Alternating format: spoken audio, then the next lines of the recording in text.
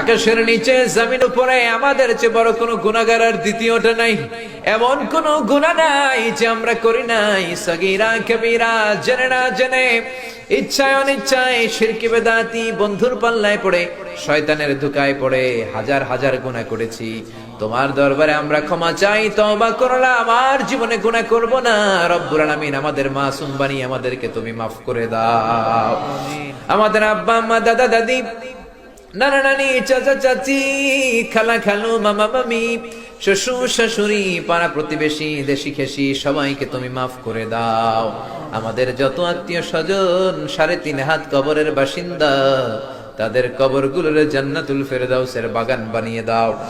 রব্বুল আলামিন, জানি না আমার কোন ভাইয়ের এখানে আব্বা বেঁচে নাই, কোন ভাইয়ের আম্মা বেঁচে নাই, কোন ভাইয়ের দাদা বেঁচে নাই, কোন ভাইয়ের দাদি বেঁচে নাই, কোন ভাইয়ের নানা বেঁচে নাই, নানি বেঁচে নাই। এমন হতে পারে রে মাওলা, আব্বা আম্মা, দাদা দাদি, নানা নানি কেউ নাই। রব্বুল আলামিন, কত কষ্ট করে মাথার ঘাম পায়ে ফেলে বাবা আমাদেরকে মানুষের মতো মানুষ বানালো রে মাওরা। নিজে খায় নাই, আমাদেরকে কোনোদিন না খাইয়ে রাখে নাই। বাবা নিজে পরে নাই, আমাদেরকে না পরিয়ে রাখে নাই। ঈদ আসলে নিজে নতুন জামা কিনে নাই, আমাদেরকে নতুন জামা না দিয়ে রাখে নাই। জানি না কোন ভাইয়ের বাবার কবরে, কোন ভাইয়ের মায়ের কবরে দাউ দাউ দাউ দাউ করে জাহান্নামের আগুন জ্বলে। জানি না কোন জনম দুঃখিনী মায়ের কবরটা দাউ দাউ করে জ্বলে। কত কষ্ট দিলাম দুঃখিনী মা, মার কলিজার মাঝখানটাতে লাথি মেরে দুনিয়ায় আসলাম। আমার মা অজ্ঞান হয়ে পড়ে রইল, আবার জ্ঞান ফেরার পর আমারে কোলে তুলে নেয়। সবাই বলল 10 মাসের কষ্ট এত তাড়াতাড়ি ভুললি কেমনে? আমার মা জবাবে বললেন, তোমরা বুঝবা না, যখন আমি আমার সন্তান কোলে লইছি, বুকে লইছি, চুমা খাইছি রে, 10 মাসের সব কষ্ট আমি 1 মিনিটে ভুলা ফালাইছি। জানি না কোন ভাইয়ের ওই জনম দুঃখিনী মায়ের কবরে আগুন জ্বলে, কোন ভাইয়ের আব্বা জানের কবরে আগুন জ্বলে, দাদার কবরে, দাদির কবরে, নানার কবরে, নানির কবরে আগুন জ্বলে। আব্বা আম্মার কবরে তুমি আযাবে দিও না, দাদা দাদির কবরে তুমি আযাবে দিও না, নানা নানির কবরে তুমি আযাবে দিও না।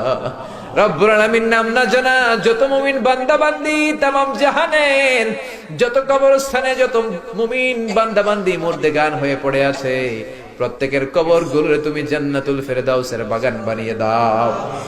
রব্বুল আলামিন, যারা টাকা দিয়ে, পয়সা দিয়ে, বুদ্ধি দিয়ে, পরামর্শ দিয়ে আজকের এই কোরআনের 27তম কোরআনের বাগানটারে সফল করলো মাওলা, কিয়ামতের দিন কঠিন মুসিবতের কালে এই মাহফিলটাকে তুমি তাদের নাজাতের উসিলা বানিয়ে দাও।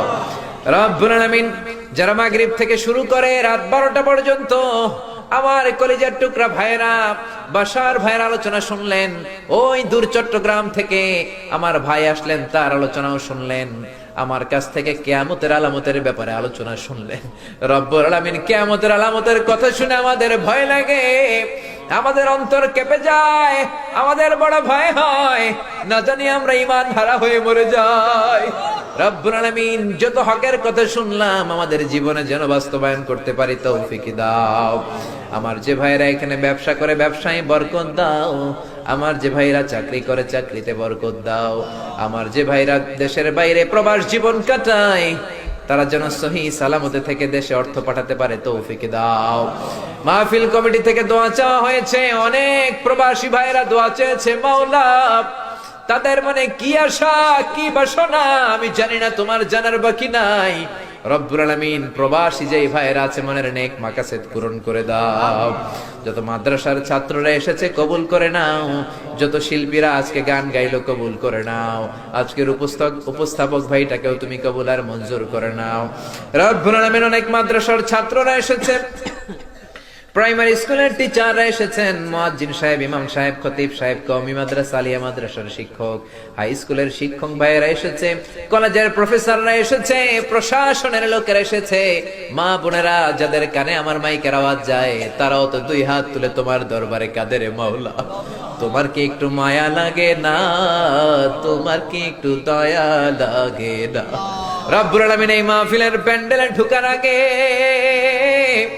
যেমন করে আমাদের গুনার বস্তাগুলো নামিয়ে নিয়েছো, যাওয়ার সময় গুনার বস্তার কাঁধে তুলে দিও না।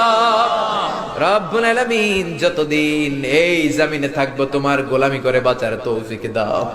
আমরা তোমার গোলাম, শুধু আমরাই গোলাম না, গোলামের ঘরের গোলাম, বান্দির ঘরের গোলাম। আমার বাবাও তোমার গোলাম, আমার মা তোমার বান্দি। আমাদের মাথার চুলের ঝুঁটি তোমার কুদরতি হাতের মুঠোয়, তুমি যা চাও তাই করতে পারো।